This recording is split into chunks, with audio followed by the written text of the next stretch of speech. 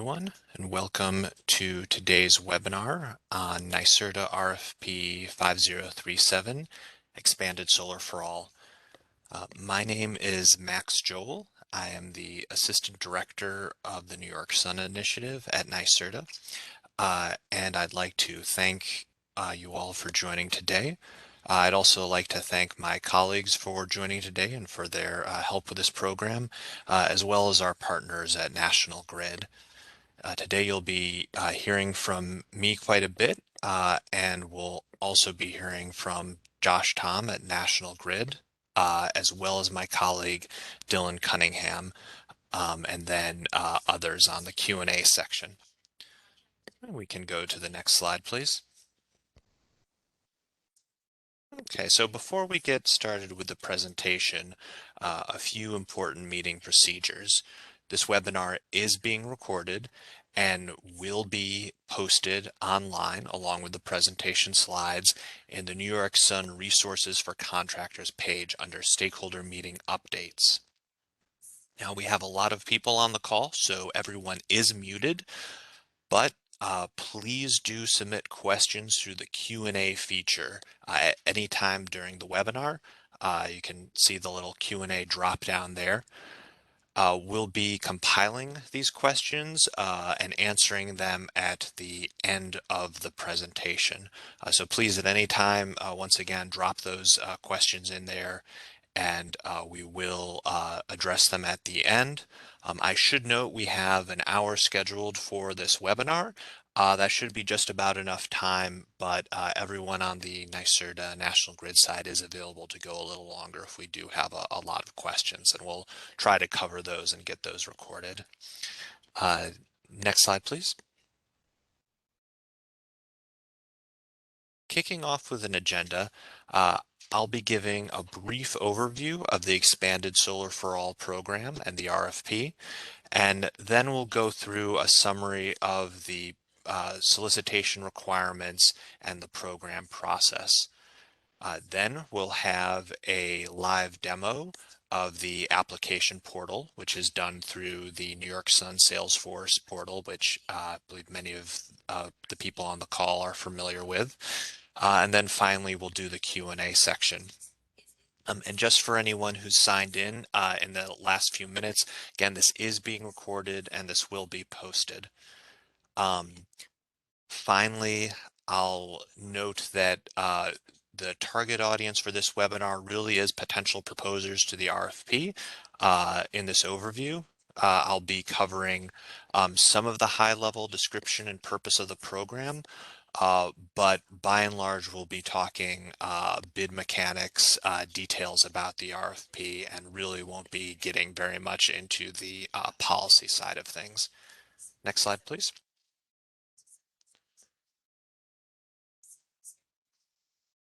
Okay. So Expanded Solar for All is a jointly run program by National Grid and NYSERDA with the purpose of providing bill savings from community solar to low-income households in National Grid's electric service territory, specifically all participants in the National Grid Energy Affordability Program. This program was approved by the Public Service Commission in January, and the RFP is now open. And I'll underline a few times during this presentation, this is a due date RFP. It will close at 3 p.m. on June 16th. All applications must be received by 3 p.m. on June 16th. Any applications received after that time will not and cannot be considered by NYSERDA. So this RFP 5037, as approved by the Commission order, will select up to 300 megawatts DC of CDG projects to be a part of Expanded Solar for All. As we'll hear in more detail later, National Grid has filed a special Expanded Solar for All tariff, and the selected projects will join in that tariff and be paid directly by National Grid. A very important part of this program is that the project owners are responsible for building, owning, maintaining, and operating the solar project. Project owners do not have any responsibility for customer acquisition, customer management, interacting with customers in any way, and will actually not have any visibility into the customers that are benefiting from the project and expanded solar for all. All of that customer management, crediting, etc., is done by National Grid. As noted here, the order approved a pooling mechanism that allows all the credits generated by all the projects included in this program to be pooled and distributed by National Grid to their low-income program participants.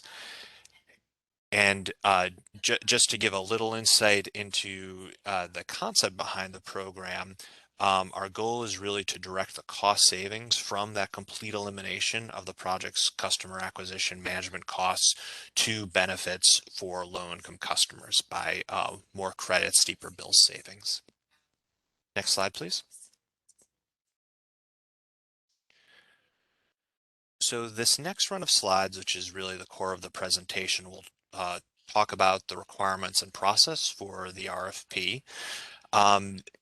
This will be a summary. It's meant to be a little more conversational and offer potential applicants a chance to ask questions.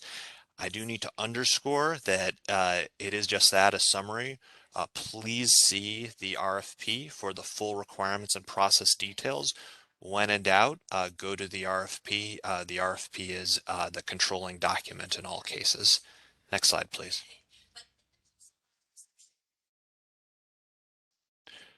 So we'll kick off with requirements for projects and applicants to participate.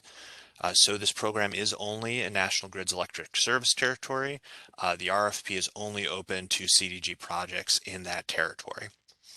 We're requiring a relatively high maturity level for projects that are interested in participating in expanded solar for all. They must be either in the New York block program already and have a regular New York Sun award, or because as many of you are aware, there is a new New York Sun upstate commercial industrial megawatt block about to open after a long absence. Projects that are just applying into that block are eligible. We just need you to really submit your complete application to the new block as soon as you can, more or less as soon as it opens, so that we can review that and ensure that the project meets all the requirements. One thing I'll note is that in addition to the regular New York Sun maturity criteria, which are typically 25% interconnection payment and all local approvals, we are also requiring for ESFA that the full interconnection upgrade payment has been made. Now, if you're interested in this program and as of right now have not yet made your full interconnection, you can of course go ahead and do that to demonstrate eligibility. And as I'll note a little later in the presentation, it's important to then upload that documentation to your New York Sun project record in the New York Sun Salesforce portal, just as you would with any other New York Sun project. Now I'm saying you do this, you do that. That's because the only eligible applicants, the folks who can actually submit the application in our Salesforce portal, are New York Sun participating contractors. So everyone who's a participating contractor, of course, already has access to the portal, has access to the projects that they have submitted into the portal. As my colleague Dylan will be doing a live demo on a little while, the application process involves linking your bid for expanded solar for all to an existing project record in the New York Sun system, so that we know which project it's a bid on and have all the documentation for it. So a couple other eligibility points. These are projects can apply that are either not yet interconnected and operational, or and this is a very narrow exception, projects that may have interconnected after the order was released in January but have not yet allocated any credits. That this may not be a case that actually exists, but we did want to allow that technical exception. And finally, the Expanded Solar for All program is for the entire project. So you're bidding in your full project for the full 25-year life of the tariff. And then last note, the expanded Solar for All applications must be signed by both the participating contractor and the payee that we have on record for the New York Sun application. And then if I'll note that in the future, if that project is assigned before construction, both the contractor and the payee must be assigned for both the New York Sun project and the expanded Solar for All application. All these kind of details should make sense to folks on this webinar who are participating contractors and have worked with our system. For those of you that are less familiar, you can refer to the RFP and submit questions, but as I stated, this is really meant to get into kind of the finer details of how the application process works. Next slide, please.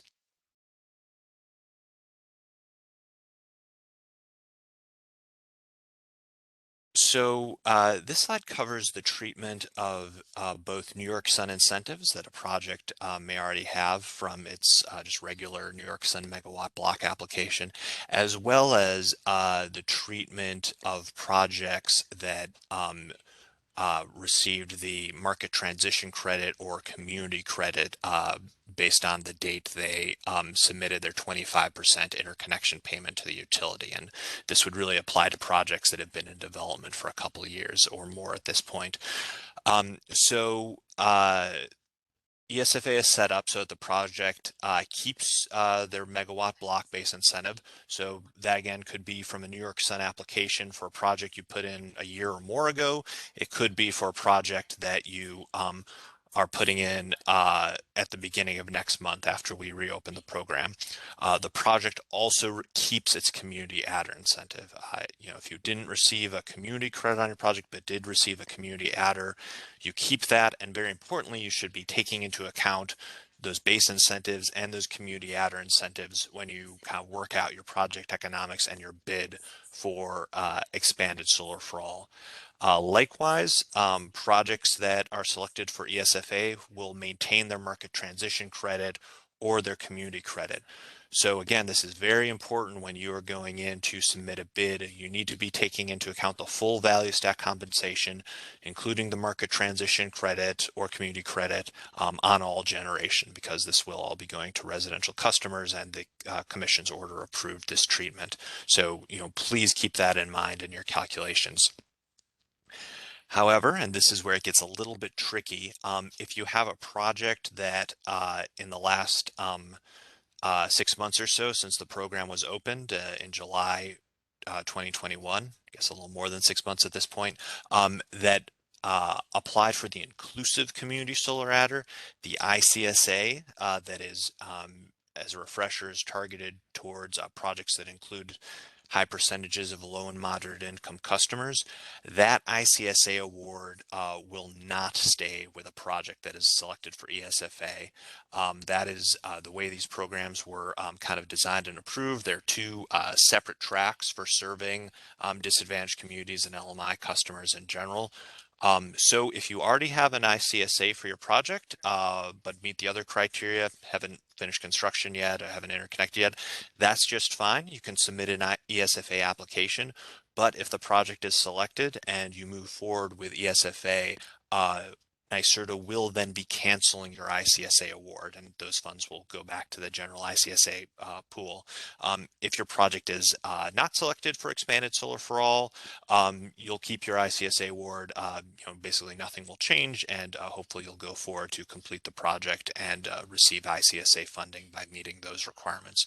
But this is, as noted in the final bullet, you really do need to take into account what you'll be keeping, and in the case of the ICSA, what you will not be keeping if your project is an ESFA, and working out your bid accordingly. Now, as we're about to get into, the ESFA application also offers the option of requesting additional New York Sun funds. I'll talk about that in just a minute. Next slide, please. So there's a couple steps that we ask you to take before you're submitting your ESFA application. As I mentioned, and as you'll see in the demo, each ESFA application will be linked to your New York Sun project application, the existing project record in Salesforce. So that means that to make the process go smoothly, we'd like you to update information for the associated New York Sun project. If there's been a change in size or anything like that, please make those updates ahead of time. Most importantly, if the project has not yet uploaded the Caesar milestone deliverable, which is a standard deliverable in the New York Sun project record. That's the documentation of 100% interconnection payment. Please do so now before you go ahead and prepare and submit your ESFA applications. If we don't see the documentation that the project has met that 100% interconnection payment requirement, unfortunately the ESFA application will be ineligible. We won't be able to consider it. So please keep that in mind. Finally, once again, if you're bringing a new project into the megawatt block, you're absolutely eligible to do so. Just make sure that when that new CNI block opens at the beginning of next month, that you're really getting all your documentation in there, local approvals and so on, as well as, again, that 100% interconnection payment documentation. So we have a really full and complete megawatt block application in our system, and then you can go ahead and submit the ESFA application. I'll just note another kind of technical note. We have it set up so that you can submit an ESFA application as soon as you have submitted the megawatt block, the regular New York Sun application. You don't have to wait until we have approved the New York Sun application. We did that because there's a relatively narrow window of about 2 weeks between when the new block will open and when the ESFA application will be due. So that, and on the one hand, streamlines things a little bit. On the other hand, if you go ahead and submit that New York Sun application, then submit an ESFA application, and when we later on get to reviewing the megawatt block application, if it's not complete, if you haven't included all the documentation, if it's not an eligible project, both that New York Sun application and your ESFA application will be rejected. And because of the deadline on the ESFA RFP, you will not have an opportunity to submit a new RFP response, a new ESFA application. Okay, next slide, please. Okay, so let's get into the bidding process a little bit. And again, you'll have a chance to see this live in just a few minutes. So the core of the RFP is the bid for the project's compensation level. This is a bid or request for the ongoing monthly compensation that you, the project owner, would be receiving from National Grid for the 25-year life of the project. So what that compensation level is a percentage of the total value stack compensation that the project is receiving based on its generation. So let's go through this example. If you bid in 72.5%, the project is selected. Each month, you or the project owner would receive payment from National Grid for 72.5% of the monetary value of that month's generation. So just to compare this to conventional community DG, community solar, that 72%, 0.5% in this example is sort of parallel or equivalent to what you as the project owner might be receiving in total for your from your customers. And that, let's see, remaining 27.5%, that is the percentage of the value stack that the program is keeping. And we have a breakdown that the next slide, but the program is using that, of course, primarily to provide cost savings to low-income participants in National Grid's energy affordability program. So just to underscore this, that percentage bid is your percentage. You are bidding in what you would like to be paid, again, as a percentage of value stack from National Grid. do not bid in the discount you are offering National Grid. Please double check this. We can't correct this after the end of the RFP. If you accidentally, using this example, fill it out as 27.5%, that's your bid. If you make that mistake, you will certainly win, but then you will be faced with the choice of either only being paid 27.5% of your project's generation, which probably the project will your economics cannot support, or dropping out of the program before you enroll in the tariff. So kind of giving up your bid. Neither one is a great outcome, so please be careful here. And just again, I'll mention that percentage is a percentage of the total value stack compensation, so inclusive of market transition credit or community credit if the project receives that. Finally, the maximum bid allowed is 80%. If 80% does not work for you, on the next slide, we'll talk about the other type of bid you can submit. Next slide, please.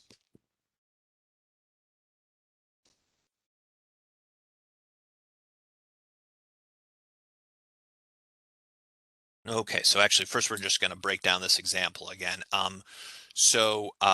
This visualizes how that bid would look. So 72.5%, the dark blue, that is the developer's compensation level. That is what you're bidding in. That is what you'll be getting every month directly from National Grid if the project is selected.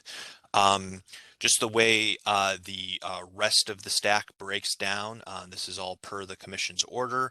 26.5% of the value will go into the pool of credits that will then be put on customer bills by National Grid, and 1% is National Grid's approved administrative fee. Next slide, please. Okay, so the example that I just described, or any other bid below 80% compensation level, is what we're calling Category A applications, and this is the terminology used in the RFP document. Now, we also have offered a Category B option. So these would be projects that where the developer requires the 80% maximum compensation level, but also potentially needs some additional funding to make the project economics work. So in this case, what you are bidding for is an additional New York Sun incentive on a dollar per watt DC basis. So, just like, say, the base New York Sun incentive or the community adder, which are sort of calculated in dollars per watt, you are basically proposing what dollars per watt additional on top of the New York Sun incentives you already have from that base megawatt block incentive, plus if you have at the community adder, that you need to make this project work with the 80% compensation level. If your bid for Category B is selected, that funding will get awarded to you as another New York Sun incentive contract, and it will be paid out at commercial operation. Just to provide an example here, a project goes with the maximum compensation level of 80%, bids an additional 4 cents a watt DC, and actually, I'll note that I said that out loud, of course, is 4 cents a watt. It's written out as $0.04. As Dylan will show you in the walkthrough, it's important that you put 0.04 if you mean 4 cents and not 4, or else you will be bidding in $4 a watt, and obviously you will lose. So in this example, just to finish the math, if the project has a 5 megawatt DC capacity, bids in 4 cents a watt. If it is selected, it would receive an additional $200,000 incentive award from NYSERDA. That full $200,000 incentive would be paid out at commercial operation. Technically, we would ask you to first invoice for your regular New York Sun commercial operation payment for your your regular New York Sun incentive and community adder, and then once the as-built and everything are checked off, then you would go ahead and invoice for, in this case, the additional $200,000, and that would be paid out. Next slide, please. Okay, just to highlight a couple other application requirements. Because this is a competitive solicitation, there is a required conflict of interest form. So this is a requirement of NYSERDA's procurement guidelines, where NYSERDA must consider potential conflicts of interest when evaluating submitted proposals. The conflict and disclosure form included in the ESFA solicitation is in response to this requirement. For many of the proposers to this solicitation, it's highly likely that any real or perceived conflict of interest does not exist, and you may indicate so on the disclosure form. However, should there be any real or perceived conflicts of interest, you are required to disclose it as set forth by the requirement. Probably noticed I was reading from a script there. So if you have any questions about the disclosure form, please submit them here or via email, and we'll try to address them on the webinar or have our legal team address them. But again, as noted there, it's highly likely that most New York Sun participating contractors who are submitting applications to ESFA do not have any real perceived conflicts of interest, and can just note that they don't have any of those on the disclosure statement. That must be uploaded in the documents section of the RFP application. And then finally, just again to underscore that just like a New York Sun application, both the participating contractor and any payee that we have on record for the incentives must sign the application. And we have the e-signature process, and or you can upload the complete signed application as a PDF to the portal. I know I'm throwing a lot of kind of nitty-gritty information out there. Hopefully for folks on the call who are participating contractors or who have submitted New York Sun applications in the past, this all seems relatively straightforward or similar to your regular application process, but please keep the questions coming. Next slide, please. Okay, so just to get into a little how the selection process will work, this course is an RFP. It's competitive. There's a deadline. Once again, that is 3 p.m. on June 16th. So once that period closes, we will rank all the applications. That ranking will essentially be automated or quantitative. So first category applications will be ranked based on their proposed compensation level, lowest to highest. Just like any bid, lowest bidder will be ranked the best. And then category B applications will be ranked based on their proposed additional New York Sun incentive. So same thing. The lowest bid is ranked most favorably. We'll go in order. All the Category A applications will be selected before any Category B applications. Again, just sort of typical, bid scoring and selection. If we do have a tie, and that winds up being, decisive, makes a difference between whether a project is selected or not, the rank will be set at random. So we'll go down the full stack of eligible projects until we hit 300 megawatts DC, or there is a confidential bid maximum on the category B. So if we hit that confidential maximum allowable bid before we get to 300 megawatts, the process will stop there. Next slide, please. Okay, so before I hand it off to Josh Tom at National Grid to talk about where things pick up from there with the National Grid process and enrolling the National Grid tariff, I do just want to, for everyone's clarity, walk through how New York Sun incentive payment will work for the projects that are selected for expanded solar for all. So for Category A projects, folks who just bid in a compensation level and don't ask for additional incentives, essentially nothing changes. You'll be in expanded solar for all. When the project is completed in PTO, you just invoice for your regular New York Sun megawatt block commercial operation payment, just same as always, and then you'll do the performance payments on the subsequent 2 years. If you're selected under Category B, as I was describing before, you'll have that additional New York Sun incentive, but you'll still just go through your regular New York Sun megawatt block commercial operation payment. Then you'll get the, kind of special ESFA payment. And then in the next 2 years, you'll do your regular performance payments. I should note, I'm saying this assuming that, the project is in the NYSERDA commercial industrial program for projects over 750 kilowatts in size. Projects under 750 kW in size in the NYSERDA non-residential program are eligible. So if we have a situation where one of those projects submits and is selected, we would still just follow the regular non-residential, full upfront payment incentive process. And just again, as a reminder, on the New York Sun incentive side, you're keeping your megawatt block and your community adder incentives, but any ICSA award will be canceled, after your bid is selected and you move ahead and enroll in the ESFA tariff. All right, and I think we can go on to the next slide. And before I hand it off to Josh, just quick review of the timeline. The RFP is open now, and there'll be the link on the end to the page to access the RFP and apply, and that went out in the emails as well. We are expecting the New York Sun, the new incentives to open June 1st for everyone's awareness, and then this ESFA RFP closes on June 16th.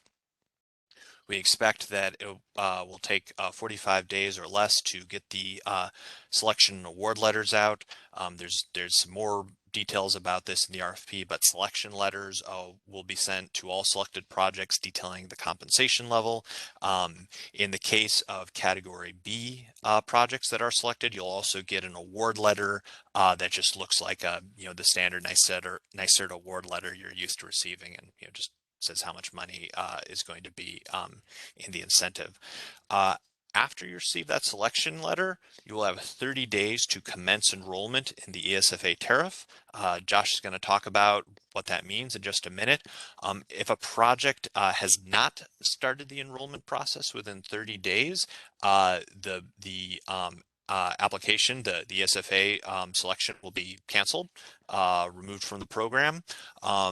If that happens and we have, say, 20 extra megawatts that we're allowed to procure, we'll then, go back and take the next projects that were, ranked. We'll keep all the original bids and just keep on going down that rank order one more time. And then, those projects will receive selection letters, and that will be it. If any other projects drop out, then, we'll be a little under 300 megawatts in total. Okay, next slide, please. And with that, I'm going to hand it over to Josh Tom at National Grid to talk about the intake and payment process on the National Grid side for selected projects. Thanks, Max, and good afternoon, everyone. As Max said, my name is Josh Tom. I'm a manager of our solar and storage team and our customer organization at National Grid. So really what we want to do is just spend a couple of minutes kind of fast forward to, from a National Grid perspective, what does the project intake and payment process look like for those who are awarded after the RFP process. So I'll just walk through this pretty briefly here. And again, if you have questions, please put them in the Q&A. So developers that do receive selection letters from NYSERDA, those selection letters will have a link to the PDF ESFA agreement. We're going to have that link posted on the National Grid website at the link here. Once you receive that, you'll be able to go in, click that link, download, fill out, and sign that ESFA agreement. Your next step will be using the Contact Us feature in step 3 here at the link provided. That'll be accessible through the NCAP portal, same spot as from step 1, where you will click through the Contact Us. There will be a topic menu dropdown that will be available for you to select Expanded Solar for All, ESFA. You'll have an opportunity there to include attachments, and you'll be including that signed ESFA agreement and your selection letter as attachments, and go ahead and submit. The next step there will be on the National Grid side. We will receive that submission and will request payment setup documents, ACH form, bank letter or voided check, and W-9 via an encrypted email service. and look for that information to be then provided back. We recommend via an encrypted email service if you're sending that information back to us. From there, once all documentation is approved, we at National Grid will notify the developer that you are now participating in the program. And as Max has mentioned before, from there, we will remit the project payment to the project via ACH on a monthly basis. And again, that's based on that compensation level that we talked about before, and I'll talk about again on the next slide. All right, so just to re-emphasize a couple of things here on the tariff. So it will have a 25-year duration from interconnection, same as conventional CDG. As discussed already, the project will receive a monthly payment from National Grid, and that's going to be based on the compensation level that is bid into this RFP, which we spent some time covering. So just as a reminder, that's going to be the percentage of the total value stack, including the market transition credit or community credit if applicable for monthly generation. So that's like the 72.5% example with a max of 80%. That's what you'll be putting in, and that will determine the monthly payment you receive from the company. One final piece here on unenrollment. Projects can unenroll, but must give a minimum of 12 months notice prior to the beginning of the program year. So if you're already enrolled, you will be participating in the upcoming year. If you want to be unenrolled for the following year, you will need to provide notice of at least 12 months there. And there's plenty more information here at the bottom for all of the details for the overall tariff. So with that, I think I will turn it over to Dylan for the demo portion.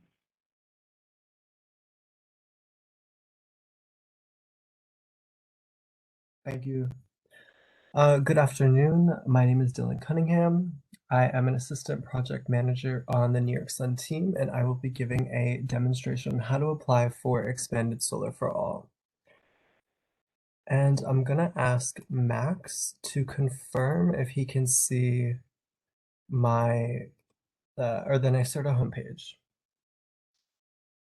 Yes, I can. Thank you, Dylan. Okay, perfect. Thank you. So I'll start by locating the RFP page. So you can do that by going to NYSERDA.ny.gov.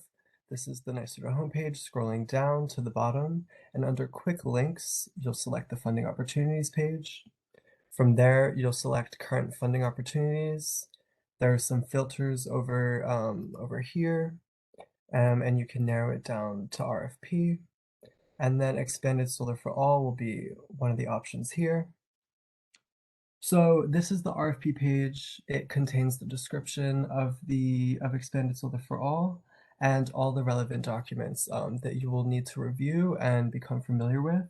So we have the summary document, we have the different sort of letters that Max talked about before, and the National Grid Tariff, the National Grid Participation Agreement, the disclosure statement, and the application reference guide.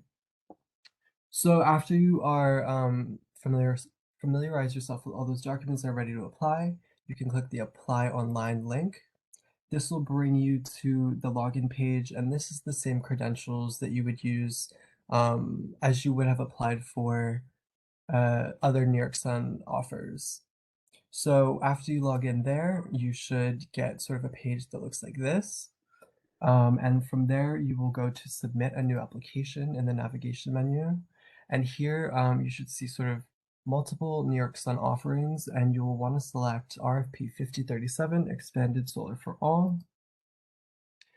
A couple notes before we dive into the actual application itself. This, was designed intentionally to be kind of mostly similar to the ICSA application. So for those applicants that, may have submitted an ICSA application, a lot of the steps here should be familiar to you. So again, also before I dive in here, Max mentioned this, but I'll just reiterate it, that before you begin the application, we want to just emphasize that you make sure all the information in the existing New York Sun application that's going to be associated with the ESFA one is up to date. So the contractor and payee information will automatically come in to the SFA application from the original New York Sun one. So you'll want to ensure that that information is up to date. And then, as Max said before as well, that has to be, those contacts have to be the same for both applications. And then you'll want to make sure that the CSAR milestone deliverables have been met as well. So once all of that is taken care of, you can then start by selecting the project from the first dropdown here. And only National Grid projects will appear in this dropdown. And then I'll start by walking through a category A bid. So what's important here is if you want to, of course, submit a category A bid, you'll select that option, and then you'll be prompted to enter your percent compensation level bid. So in the example we've used in the presentation, it was 72.5%. So we'll continue to use that example. And again, just want to emphasize that you enter the bid correctly, as I did here. So that should be expressed as a percentage to a single decimal place. So again, 72.5% should be expressed as 72.5, as you see here. So once you're good with that, you can continue to the next step. But I'm going to show you before I do that how you would submit a category A bid if that's what you would like to do. So again, you would just select your project that you're applying. You would click category B bid, and then you know, the 80% compensation level bid is automatically inserted there and you can't adjust that field. So what you will be required to do is enter your dollar per watt bid for additional New York Sun funding. And in the presentation, Max used the example of 4 cents per watt DC. And so, you know, we'll use that here if that's what you would wish to request. This is how you would want to enter that. So moving on, after you enter the bid information, you can select continue, and it'll bring you to the next page. So this page is the project contacts page. Before I dive in here, I'll just note that the top section here where my cursor is, there's 5 steps of the application, and you can sort of bounce around if you'd like to those different steps after you've sort of gone through the whole thing. So on this page, this is the project contacts. Again, this is automatically pulled in, and you'll want to review this information, make sure the contractor and the payee are correct. And if they're not, if information needs to be corrected, you can email communitysolar@nyserda.ny.gov, and you can give us the ESFA application number so that we can help you faster. So once you're good here, you can click continue to go on to the next page. And this is the application review step. So you'll want to carefully review this information. It has the application number. This is the ESFA application number. So if you have any issues and need to email us, this is the number that you can reference. It has the contractor and the payee information, the site information, and then the bid information. So here, since we chose the category B bid, that compensation bid is set at 80%. And the bid price for additional funding is 4 cents per watt here. So after you review this information, you'll want to also review the certification statement. And then you'll have a couple options after this point. And if you need to change anything, you know, that you see here that looks wrong, you can use the button down here, the previous button, to go to the previous parts of the application. So once you read the certification statement, you'll have 2 options. One is to complete an electronic signature or and sign the document that way, or select the print option here. So I'll talk about both, but I'll start with the electronic signature because there's a couple things that you'll want to be familiar with. This is this process is similar to sort of the other New York Sun application processes. So this may be too much info, but I'm just gonna go over it anyway. So if you select electronic signature, you'll be directed to DocuSign. Then you will sort of read the information that it tells you here. Select continue, make sure that all this information here should be a PDF sort of printout of what you saw on the previous screen. Just ensure again it's correct. And then when you're ready to sign, you can scroll down and sign it by clicking there. So it's important to note that electronic signatures through DocuSign can only be signed by one entity or one party. So that's either the contractor or the payee. In this case, it's the contractor is the only one that can use DocuSign. So once you do that, you will need to sort of save this version and send it to the payee so that they can download it, sign it, and then the applicant can take both signatures that are in that document and upload it on the next step that I'll show you. So once you finish the process there and you click finish, it should say application is signed. You can scroll down. You hit continue to move on to the next step, and this is the document upload step. So again, since we used DocuSign, you can download the document here, and I'll show you. And then the signature is automatically filled in here. This example doesn't show the payee because the payee and the contractor in this example project are the same. So if the contractor and the payee are different, there will be a separate line for the payee, and the contractor will have to send that to the payee for them to sign and then take it back to the document page and choose the file and upload it again. So that's the electronic signature process. If you would not like to go through or use electronic signature, on this page 3 here, you have the option to just skip that and select the print button. This will open up the application sort of PDF version like it did in DocuSign, and you can take this and manually download it, sign it, and upload it. This is just showing the signature because we went ahead and used DocuSign.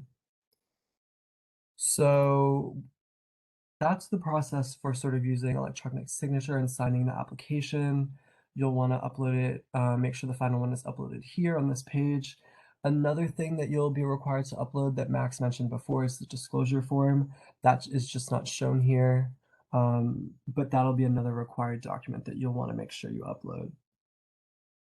So after all your documents are all set and you're good to go, you can move on to the last step of the application, which is the submit page.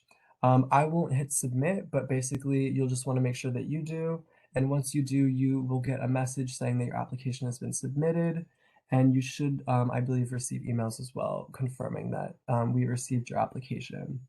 Again, if you're not ready to hit submit yet, you can use the previous button to go through the application to make sure everything is sorted and all correct. And if you have any sort of, problems or questions about this, you can always refer back to the RFP page. And on that page, we have the application and reference guide right here. So you can open that up. And this is basically just a written version of what I went through just now. And so you can follow the steps here if you need some help. And that's all from me. So I'll hand it back over to Max to, I think, transition over to Q&A. Thank you. Right. Thank you so much, Dylan, for that walkthrough. Yeah, recognizing we're at 150 now, we do have a good crop of questions. I think I can zip through them pretty quickly, but if you do need to jump off at 2 o'clock, please go ahead. This is a good chance for me to address a couple questions and remind everyone that this webinar has been recorded. It will be posted online under the stakeholder meetings section of the New York Sun contractor resources page. Typically takes us about 3 to 5 days to get a recording posted. So look for it around this time next week. So just jumping into the questions, and thank you so much for putting these great questions in. So just to confirm again, if a project submits a Category B bid, additional dollar per watt bid, and is selected, that additional funding is paid 100% at project completion alongside the regular New York Sun commercial operation payment. Got a couple questions about that. Got a question about whether the kind of bid consideration could be adjusted based on the New York Sun base incentive level project had received. I believe it was, kind of a suggestion that they be levelized based on kind of existing megawatt block award. The answer is no. The bid ranking is based purely on your expanded solar for all bid. It does not look at what previous megawatt block incentive the project has received. Taking into account, what megawatt block incentive your project already has, as well as, if your project has the MTC or CC, and figuring out the bid from there is really the developer's responsibility, the bidder's responsibility. Everything will just be ranked based on those bids. And just one point for consideration. Since the question I got did refer to earlier megawatt blocks with lower New York Sun incentive levels, those projects are generally likely to have either the market transition credit or the community credit. Having those kind of tariff components should allow a project to submit a more aggressive bid because the bids are in percentage, and you of course are bidding in a percentage of a higher total monetary compensation if you have the community credit, say. Okay, again, reconfirming that projects that are selected for ESFA are eligible for or could keep their community adder that they had received previously, or I guess would receive if you were submitting a new application to the newly opened megawatt block. The answer again is yes. The community adder is maintained. The inclusive community solar adder, again, the separate ICSA, is not maintained. That will be canceled for projects that are selected and move ahead into the ESFA tariff. Question on. Okay, well, this is an important one. I might let me run through a couple more and then I'll get to this one. Yeah, so just re-emphasizing that the bid selection is purely based on the bid, just really straight up quantitative rank, lowest percentage to highest percentage, then lowest additional funds to highest additional fund.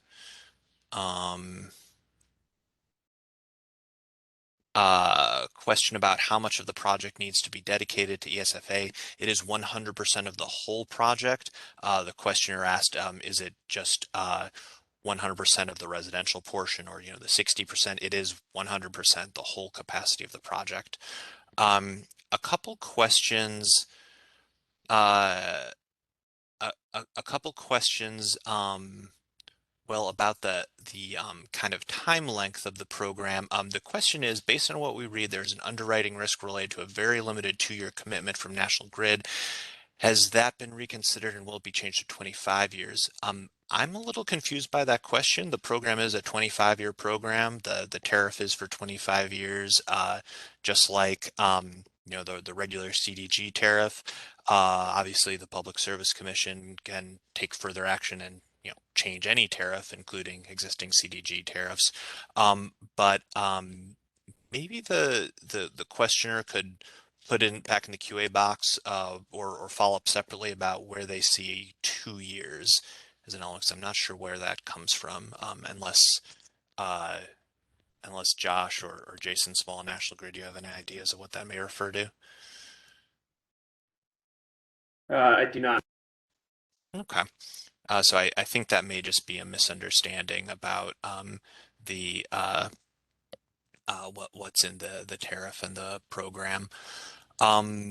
Sort of a similar tariff clarification question, and I think this out of context in the slide, this was a little confusing. So the scenario where a project chooses to unenroll from the expanded solar for all tariff, that can be done against a 25-year tariff, but the project needs to provide at least 1 year's notice that you'll be unenrolling, and that's because this is a program that needs to maintain sort of a relatively stable an easily predictable level of benefit to the loan participants on the customer side. What the tariff says, and certainly Grid Team, correct me if I'm wrong, is that it's at least 1 year's notice before the beginning of the program year previous to the one that you'll be removed from. So the program years, because this is sort of there's sort of an annual pooling and rotation of this program. Program years run from December 1st to November 30th. That really shouldn't matter. Those dates shouldn't really matter to the project owners. Since you're being paid monthly, except in this scenario where you want to leave the program. So just to give an example, if a project gives notice that they wish to exit from the program on November 29th, 2025, the date that you will be, the project will no longer be in the program is December 1st, 2026. So a year and change later, because we need that, kind of that full year lead time to replace the project or whatever. If a project gives notice on, say, December 3rd, 2025, so after the December 1st program year start date, the first date the project would be removed would be December 1st, 2027. So that full partial year, which is in this kind of extreme example, most of the year, plus the subsequent full year, and then the project can come out. I know that's a bit complicated, but it is spelled out in some detail in the tariff. Now, there was a flavor of that question that asked how that would impact a NYSERDA incentive. So it would not affect at all the kind of regular base NYSERDA incentives. The megawatt block or community adder, assuming the project just reverted to being conventional CDG. The project owner is required to return to NYSERDA a prorated portion of the of any additional Category B special ESFA incentives received. So I gave that example before where a project received $200,000 in additional incentives. If the project was in the program for 10 years and then dropped out, it would pay back, gosh, I think 125,000 if I did the math correctly. I don't think I did it right, but 10 over 25. 15/25. Thank you. Thank you very much. 15/25. And that would be, oh, okay. So I see the person has copied the question regarding 2 years.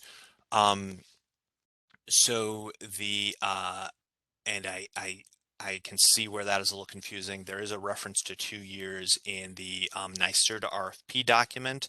That 2 years could also is more the like how long the award is good for, meaning the time from award to construction and completion of the project. And I believe the RFP notes that can be extended by NYSERDA. So that is, I'll definitely double check on this and ask our program counsel to correct me if I'm wrong, but that's simply because when a NYSERDA award is made, as would be the case in Category B, additional NYSERDA funding put in, there has to be kind of an expiration date on that award. So in this case, that in the example I provided in the presentation, it's a $200,000 additional payment payable upon completion of the project. If the project is not completed in 2 years, that incentive would no longer be available. And there's some similar language in like the regular New York Sun incentives. NYSERDA would have the option to extend it. That in no way impacts a project that it doesn't impact the national grid side of things at all, and has zero impact whatsoever on a project that has been completed from 2 years from selection, which certainly we'd expect that most projects coming into this program, given the high maturity level required to submit an application, would be. That is just sort of a required backstop on the NYSERDA end. Again, once you're built in the program, it is a 25-year tariff. All right. There's some questions about National Grid's administrative fee. One of the slides described this. There's a 1% of the value stack is being taken as administrative fee by National Grid. That is the only administrative fee. It's kind of like the same as net crediting. It's not in addition to net crediting. I'm just going to pause for a second to catch up on some questions that have come in.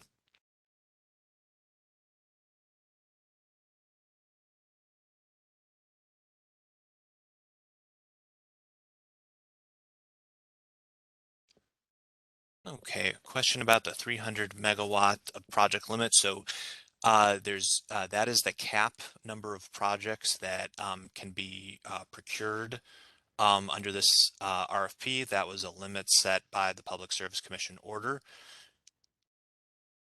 However, there is a scenario where we stop short of 300 megawatts. Certainly if we don't get that many proposals, but also if a confidential bid maximum is reached with the category B projects. So there is a dollar per watt number above which projects cannot be funded. That is confidential as part of the solicitation process. If that number is hit, then bids above that will be just rejected regardless of how many other bids had been received.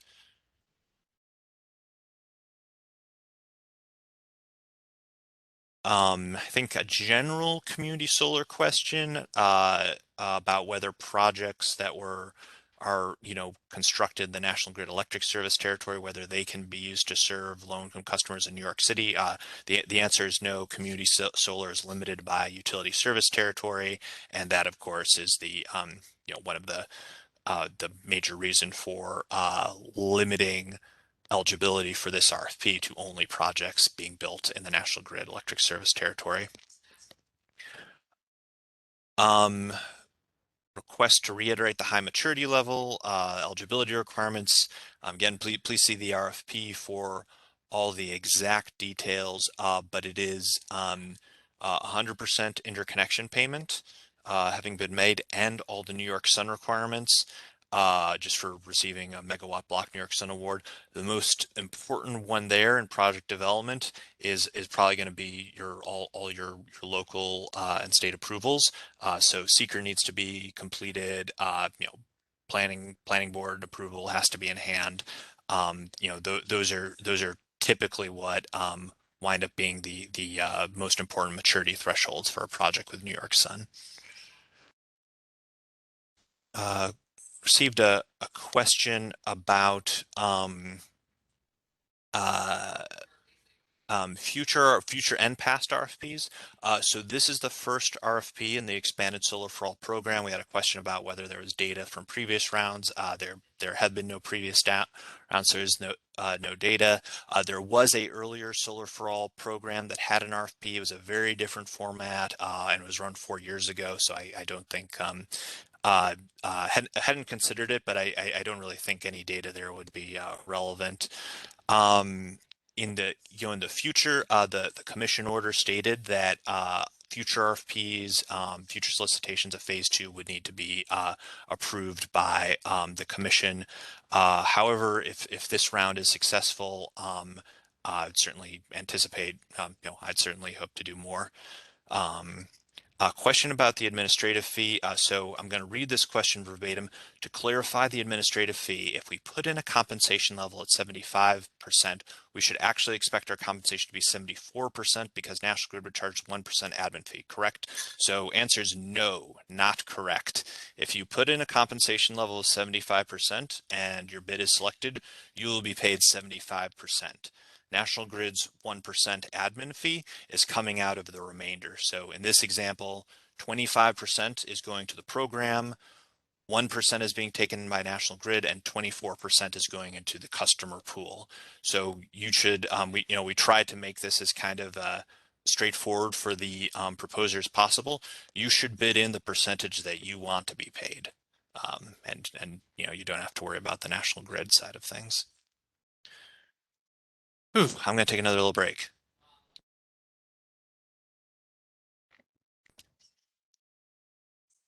Okay, and again, certainly, if you have other questions, you can email us at, and actually, could we advance one more slide in the presentation? Yeah, so you can email communitysolar@nyserda.ny.gov. There's also some key URLs here.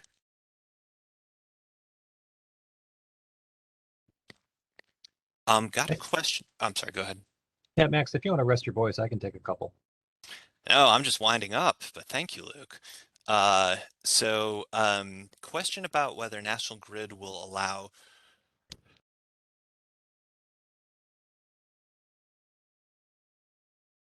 Sorry, I cut out there for a second. Is National Grid going to allow for dual enrollment of the ESFA and other community solar projects? So can an individual customer who is automatically enrolled in expanded solar for all, that's the way the system will work for low income energy affordability program participants in National Grid, also individually sign up for other community solar projects? The answer right now, per the kind of current statewide rules and regulations, which are set by the Public Service Commission, is no. However, for everyone's awareness, I believe there was a petition filed requesting that be changed. That petition, which I think was submitted by the Community Solar Trade Association, is open for comment right now. So if you have an opinion on this one way or another, please submit comments in the Public Service Commission process. I'll note that we don't anticipate the outcome of that one way or another really impacting the program or its rollout, and certainly doesn't impact this RFP or the selection or compensation to developers in any way. Luke, would you like to take on any that it seems like I've missed so far, or Jason Small from National Grid, if you're seeing any that you'd like to address? Yeah, one is a clarification of Category A versus Category B. Category A is essentially if you, the developer, are requesting less than 80% of the value stack. Category B is if you're requesting 80% of the value stack and an additional incentive on top of that. It would never be the case that you would request less than 80% of the value stack and an incentive. The incentives are only to be requested by applicants that are requesting 80% of the value stack. So in other words, you cannot have a low bid and request an incentive on top of that. Instead of that, you would just request a higher bid.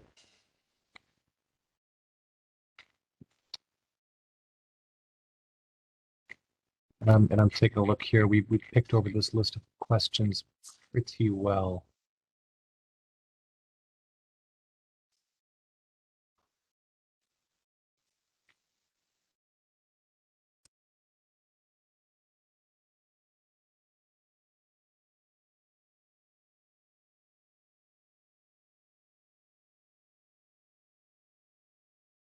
The time limits after which a project must hit COD after receiving an award. Is that 12 months, Max?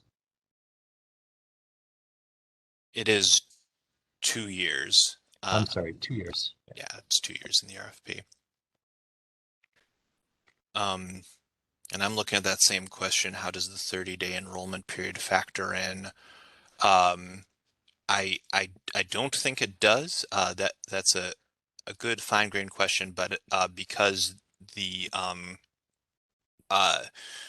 ESFA project is in the ESFA tariff and follows that process, there is no oh, I'm sorry. You know what? 30-day enrollment, I'm sure that's in reference to enrollment in the ESFA tariff. I was thinking it was in reference to the kind of initial allocation period on non-ESFA CDG projects. So the 30-day commence enrollment period, that is something that a project would need to do within 30 days of receiving the selection letter from NYSERDA. So these will be, letters that would be, going out in July. So 30 days from that date, you need to start enrollment in the tariff. The project would then, finish construction and be interconnected, but you'd already be in the tariff at that point. So that 30-day time gate comes, well before the 2-year kind of construction time gate. I think what appears to be the last question on our list seems to be asking what happens if the expanded Solar for All tariff ends before the project lifespan terminates. So ESFA is written into National Grid's tariff, so they're basically on the hook for 25 years. So there's not really a situation where where it would be removed from the tariff before the 25-year term is up. So you can count on that program being on the books. Yeah, I guess I'd add outside of that 25-year period, and the question may be in reference to projects that continue generating for 30 years, 35 years, etc. Similar to all of the existing tariffs, which are 25 years, community, DG, remote crediting, whether those tariffs are changed or probably not shortened, but in theory shortened or lengthened or extended or whatever, that's up to the Public Service Commission, which regulates the tariffs in New York.